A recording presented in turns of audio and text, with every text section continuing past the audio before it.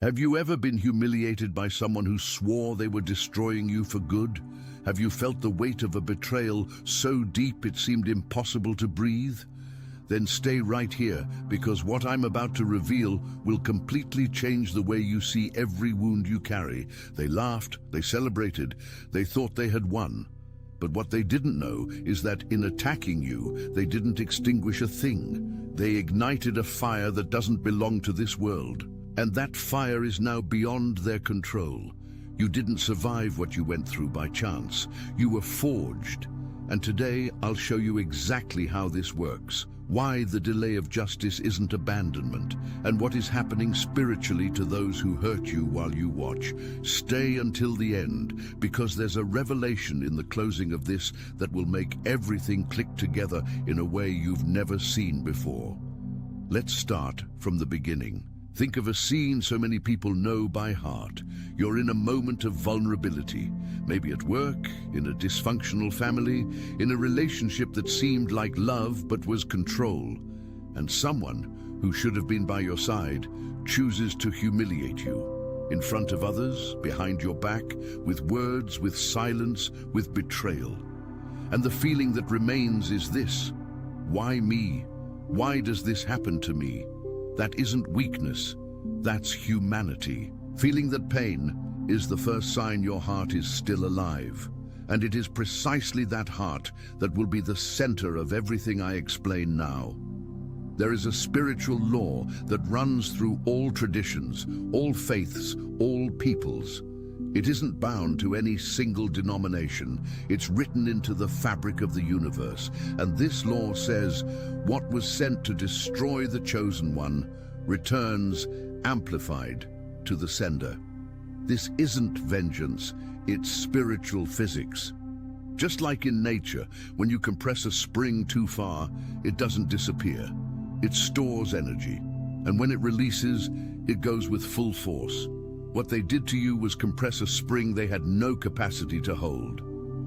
But let's go deeper now, because I need you to understand something that goes far beyond the spiritual realm. This is backed even by the science of human attention. You need to prepare now. I put together an exclusive resource for those who feel set apart for something greater, but live surrounded by noise, distractions, and mental overload. This is a 30-day journey that will transform your life. A guided path to armor your mind and prepare for what's coming with daily practices of focus, boundaries, and discipline. Stop negotiating with the noise. Learn to spot distractions before they control you. And strengthen your mind. Also available in an immersive audio version. Over 10 Zuru readers have already transformed their lives through the 30-day journey. Thousands of people have already started this transformation. People like you who are tired of living in the fog. Ordinary people who decided to stop accepting mental chaos. Take advantage of this limited time offer only this month. Access your link just below in the pinned comment. Behavior. There's a concept in psychology called post-traumatic growth. It was studied by researchers like Richard Tedeschi and Lawrence Calhoun in the 90s, and what they discovered goes against everything popular culture teaches us about pain. The theory says that people who go through severe traumatic experiences, when they have internal support and reframe the experience, don't just return to a previous state. They surpass it. They emerge with an emotional, intellectual, and spiritual capacity that didn't exist before the trauma. In other words, science confirms that the fire that tried to consume you can be the very thing that turns you to gold. And that, my friend, is not a metaphor. It's neuroscience. When the human brain goes through extreme stress and finds a path of reframing, it literally rebuilds neural networks. It forms connections that didn't exist before. The person who emerges from that process is not the same. They are stronger, more discerning, harder to break. They didn't know this when they attacked you. They thought they were weakening a human being. They were, in fact, activating an expansion process they have no power to stop. Now I need to talk about what happens on the outside while this process happens within you. Have you noticed how, after a great betrayal, the people who betrayed you rarely fare well? It isn't necessarily immediate. Sometimes it takes months, sometimes years. But there is a pattern that repeats with striking regularity in real life, not in movies, not in fables, in the lives of people you know. Their relationships crumble. Businesses that seemed solid face inexplicable obstacles. Their health gives signs. The inner peace, which was never real, begins to completely unravel. And the curious thing, they can rarely name what's happening. They just feel a deep discomfort, a restlessness that won't leave, as if the ground beneath their feet is no longer firm. In the spiritual field, this has a name. It's called cosmic restitution. In biblical language, it's the principle that whatever a man sows, that he will also reap. In the law of karma, it's the inevitable return of energy sent out. In quantum physics, it's the law of conservation of energy. Nothing is lost. Everything transforms and returns to its point of origin. No matter what vocabulary you use, the principle is the same, and it has no favorites. It doesn't protect those with more money, more status, more social connections. It operates with an impartiality no human system can replicate. You don't need to do anything for this to happen. It is already in motion. Now I want to tell you something that happens often in the lives of people over 35. After all they've been through, after relationships that didn't work out, jobs that drained their energy without fair return, friendships that revealed themselves as self-serving, many reach a point of silent exhaustion. It's not clinical depression, though it sometimes comes close. It's a soul weariness, a feeling that life is a constant struggle and that the good lose while those who act in bad faith prosper. This feeling has an informal name in positive psychology. It's justice fatigue. And it is real, documented, lived by millions who work honestly, act in good faith, and yet seem to collect blows. If you're at that point now, you need to hear this carefully. The delay you felt was never a sign of abandonment. It was the universe applying a principle every mother has taught at some point. Haste makes waste. Justice that arrives too early can be injustice in disguise. The justice that arrives at the right time is irrefutable. It is permanent. It cannot be appealed. While you waited unknowingly, heaven was gathering evidence. Meticulously, every insult was recorded, every betrayal was catalogued, every false embrace that suffocated you was filed away. There is a cosmic courtroom where no judge can be bought, no witness coerced, no lawyer able to distort the facts. And the verdict, when it comes, is not a whisper, it's thunder. But I want to go even deeper, because there's a layer to this story most people don't see. When someone attacks you with a cruelty that goes beyond the ordinary, when the persecution seems disproportionate to what you did, when the intensity of their hatred has no rational explanation, you need to understand one thing.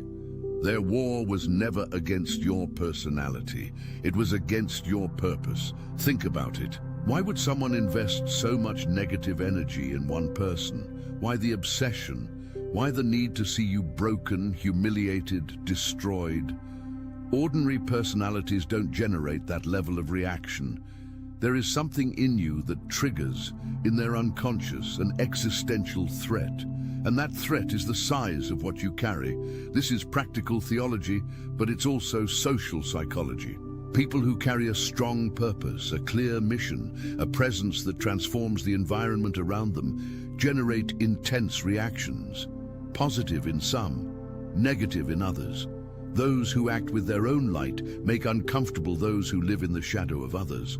When they attacked you, they weren't just hurting a person. They were trying to impede a mission. And any attempt to sabotage the purpose of one who is sent is, in truth, a declaration of war against the source that sent them. And that source does not lose wars. Think of Moses, a man with a speech impediment, a fugitive, raised in a house not his own, carrying an identity that almost destroyed him from within.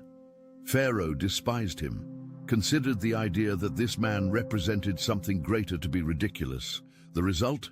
The most powerful civilization of the ancient world was brought to its knees not by armies, but by the spiritual weight of a purpose that could not be stopped. Think of Joseph, sold by his own brothers, thrown into a pit, enslaved, imprisoned unjustly. Every blow seemed to confirm he had lost, but every blow was, in fact, an invisible step on a ladder that was ascending while it seemed to descend. When the time came, he didn't just leave prison. He became the second most powerful man in Egypt, and the same brothers who laughed at him came to bow down. This isn't an ancient story preserved on a yellowed page. It is the pattern that repeats. It has always repeated, and it is repeating now in your life. Let me ask you a direct question, and I want you to pause for a second before answering. When you think of the people who hurt you the most, what do you feel today? Anger? Maybe still. Resentment? Probably. But there's something more. A quiet desire for real justice to exist, for the universe not to be indifferent, for it to matter how we act. That desire is not weakness, it is faith. And faith is the most subversive substance there is, because it acts even when there is no visible evidence. It insists on the reality of what cannot yet be seen, and it is precisely that insistence that keeps you standing while they wait for your fall. But there's more. This desire you carry, this need for justice to exist, is also a sign of who you are. People without purpose rarely care so much about justice. Those who are called to something greater feel in their soul the indignation in the face of injustice, because they carry within them the code of what the world should be. You are not just a victim who wants revenge, you are a pattern bearer. And that's why injustice hurts you more than it hurts others. Not because you are weaker, because you were made for a higher standard. Now let's talk about something many ignore on this journey: the role of silence. In our culture, we grew up valuing the immediate response, giving payback, not letting it slide, and there are contexts where that is absolutely necessary. But there is a type of silence that is not omission. It is a precision weapon. Gandhi didn't destroy the British Empire with shouts. He destroyed it with a quietness the enemy didn't know how to interpret. Martin Luther King Jr. didn't tear down American racial apartheid with violence. He tore it down with a dignity so intact it made the system's brutality look like what it was: a confession of weakness. Rosa Parks didn't make a speech. She just remained seated. And that simple act of staying where she had a right to be shook structures that no direct confrontation had managed to move for decades. Their silence wasn't submission. It was the most sophisticated weapon available. Every time you chose peace over retaliation, every time you swallowed the retort on the tip of your tongue and chose to walk with dignity, you were producing evidence, line by line, testimony by testimony, in the most reliable record that exists. And there's something even more practical in this. When you retaliate, you level the playing field. You place the dispute on their turf, where they have experience and comfort. When you remain in strategic silence, you force them to operate in a territory they don't know, spiritual warfare. And in that field, you are not alone. But pay attention, because here is a point that can cause confusion. Strategic silence does not mean passivity. It does not mean you must accept everything quietly, that you should never set boundaries, that you must submit to any cruelty in the name of supposed spirituality. That isn't spirituality. That is trauma disguised as virtue. There is a profound difference between the silence of the oppressed who has no voice and the silence of the anointed who knows the battle is already won in another dimension. The first is born of fear. The second is born of certainty. How do you know which is yours? By what you feel when you stay quiet. If it's relief, it's strategy. If it's suffocation, it's time to speak, to move, to seek help. God does not ask you to be destroyed in silence, He asks you to trust the battle he is fighting for you while you tend to your health, your mind, your purpose. We need to talk about transmutation. Because this concept is the heart of everything. To transmute is not merely to overcome. To overcome is to leave the pain behind. To transmute is to use the pain as fuel to create something that would not exist without it.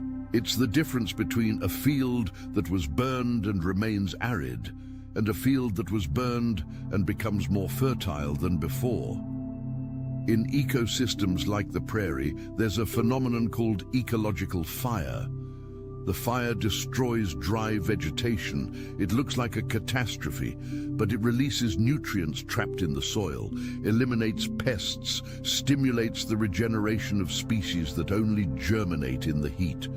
Without the fire, the prairie wouldn't be what it is. You are that prairie. The fire they lit was not for your growth, it was for your end. But the universe has a logic wiser than human intentions, and what was sent as destruction has been converted into the condition for your most extraordinary flowering. The stories that inspire the most are not of people who had it easy. They are of people who hit rock bottom and found there a resource the surface never would have revealed. Those are the stories that endure. Those are the lives that inspire generations. Your story is being written now, and it is not a story of survival. It is a story of transmutation. I'll tell you about a spiritual principle present in almost all traditions. The principle of divine reversal. In Christian theology, it's in the idea that what the enemy meant for evil, God transforms for good. In Taoist philosophy, it's in the concept that the extreme of yang converts to yin, that rock bottom is the turning point. In quantum physics, it's in the law of entropic reversal, which says systems in apparent collapse can leap to a state of higher organization. Divine reversal means the lowest point of your trajectory was not the end. It was the inflection point, the moment the direction changes. And the most extraordinary thing about this principle is that the agents of evil involuntarily become agents of purpose. Unwittingly, without understanding, in trying to destroy you, they cooperated with the greater plan. Judas thought he was sabotaging Jesus. He ended up being a pivotal piece in the greatest event in the history of the Christian faith. Joseph's brothers thought they were eliminating a threat. They ended up being the instruments that placed him in the right place, at the right time. Those who betrayed you may have been, without knowing it, the messenger that pushed you to where you need to be. Now I need to ask you something important, and I want you to answer internally with honesty. Are you still carrying the weight of all this? I don't mean the memory. Memory is part of who you are. I mean the active emotional weight, that feeling that the injustice you lived through still has power over your present, that the pain still defines your horizon, that what they did to you is still the main story of your life. If yes, I need to tell you something with all the clarity I have. As long as you carry that weight, you share your stage with them. As long as updated anger occupies the center of your mind, they remain present in your story, even if they've left your life. And that is exactly what they wanted, to continue controlling you even from a distance. Letting go is not forgiving in the sense of saying what they did was right. It wasn't. It never will be. Letting go is turning the camera away from their scene and pointing it at your own story. It's saying, what happened does not define me, what I do with it does. This isn't easy, and it doesn't happen in one night of introspection. It's a process. Sometimes you need help, a therapist, a pastor, a mentor, a support group. There's no medal for fighting alone. There is wisdom in knowing when to ask for reinforcements, but the first step is internal. It is the decision that you will be the protagonist of your own story, not a supporting character in theirs. There's a scene I want you to imagine. Imagine there is a courtroom, not a human one. No robes, no bureaucracy, no possibility of bribery. A courtroom where every action was recorded with a precision no human camera can capture. Every intention, not just every act, every word spoken in the shadows, every false smile, every plan articulated against you in the silence of four walls. Now imagine you don't need to present evidence. You don't need to hire anyone. You don't need to defend yourself with eloquence, because the one who presides over this court already knows everything, has always known. Your only task was to keep walking, to keep being who you are, to keep treating people with a dignity they sometimes don't deserve, but that you offer because it's part of who you are. And every step you took in that direction was filed away. Every choice for peace when you had reason for conflict. Every time you chose integrity when dishonesty would have been easier. Every time you remained silent when you could have destroyed reputations with the truth you know. All of that is testimony, and it's on the record. The verdict does not need to be executed by you. You are not the bailiff. You are the party who was in the right. And the execution of the sentence is already underway. I want to talk about something that happens in the lives of the chosen that few have the courage to name: the loneliness of purpose. When you carry something big within you, not everyone can stay close. Not because you are arrogant, but because the frequency you emit begins to naturally filter the presences around you. Some drift away because they can't keep up. Others drift away because your light exposes something in them they prefer to keep in the dark. And it hurts, especially for those with a big heart, who love genuinely, who give of themselves without asking for return.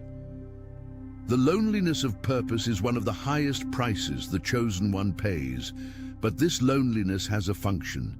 It creates the necessary space for the right people to enter. Not those who arrived out of convenience, but those who arrived through real connection. Not those who stayed when it was easy, but those who show up when it's hard. And there's something deeper still. The moments of greatest loneliness in the lives of the chosen have always been the immediate precursors to the greatest turnarounds. Moses was alone in the desert when the bush caught fire. Elijah was alone in a cave when the still, small voice found him. Jesus spent 40 days alone before beginning the ministry that changed history. The loneliness you experienced was not punishment. It was preparation. Now I need to add something many omit when speaking of spirituality. The reconstruction process is not linear. There are days you wake up and feel you've overcome everything. Heart light, mind clear, certain the worst is behind you. And there are days when a song, a smell, a mundane situation takes you back to that pain with an intensity that seems to contradict all the progress you've made. This is not a relapse. This is the real process of healing. Psychology calls this spiral processing. You don't overcome pain in a straight line. You return to it in layers, each time with a little more distance, a little more perspective, a little more tools to deal. Every time you return and can go through that memory without being destroyed by it, you are proving to your own nervous system that you survived, and that proof accumulates. So, when that difficult day comes, when the pain returns in a way that seemed overcome, don't interpret it as a sign you failed. Interpret it as a sign a deeper cleansing is happening. The hardest layers are the last to be processed, and when they leave for good. The process isn't pretty, but the result is permanent. There's one more thing that needs to be said, and I saved it for this moment because it only makes sense after everything built up to here. There is a silent danger in the chosen one's journey that few talk about: the victim identity. When you've been through something very painful, especially when the injustice was real and documented, there is an unconscious temptation to cling to that narrative because it explains everything. It justifies present limitations, it gives a name to the pain, and in a way, it offers an identity that seems safer than the unknown of what comes next. But here's the problem. As long as you define yourself mainly by what was done to you, you hand over the power of your story to those who hurt you. You remain stuck in a chapter that should have been turned. The identity of the chosen is not the victim who survived. It is the warrior who was forged. And there is a huge difference between carrying the memory of the battle as a trophy and carrying the scar as a chain. The trophy you display when you want, you use to inspire others. You keep with pride. The chain you drag everywhere. It weighs you down, it limits you, it defines where you can go. The time has come to convert the chain into a trophy, to tell the story not as someone still inside it, but as someone who came out the other side and has something valuable to offer to those still in the middle. This is the final step of transmutation, and it requires a courage different from all the others. Not the courage to endure, the courage to let go. We are reaching the point where everything connects.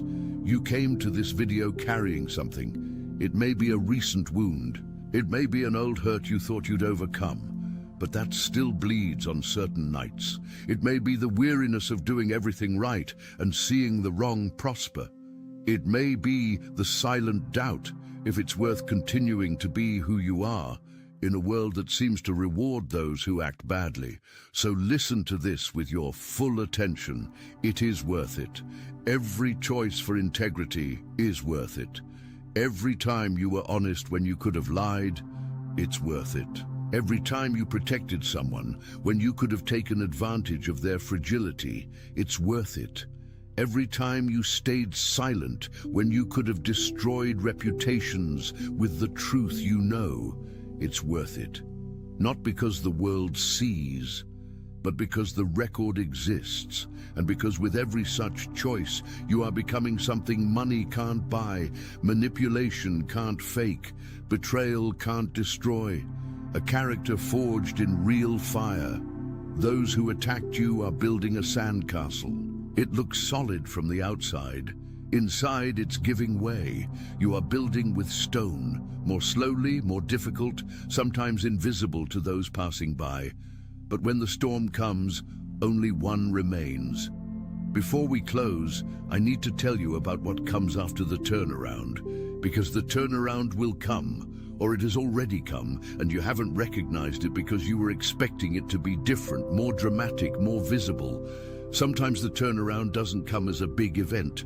It comes as a morning, when you wake up and realize the pain is no longer the first thing you feel.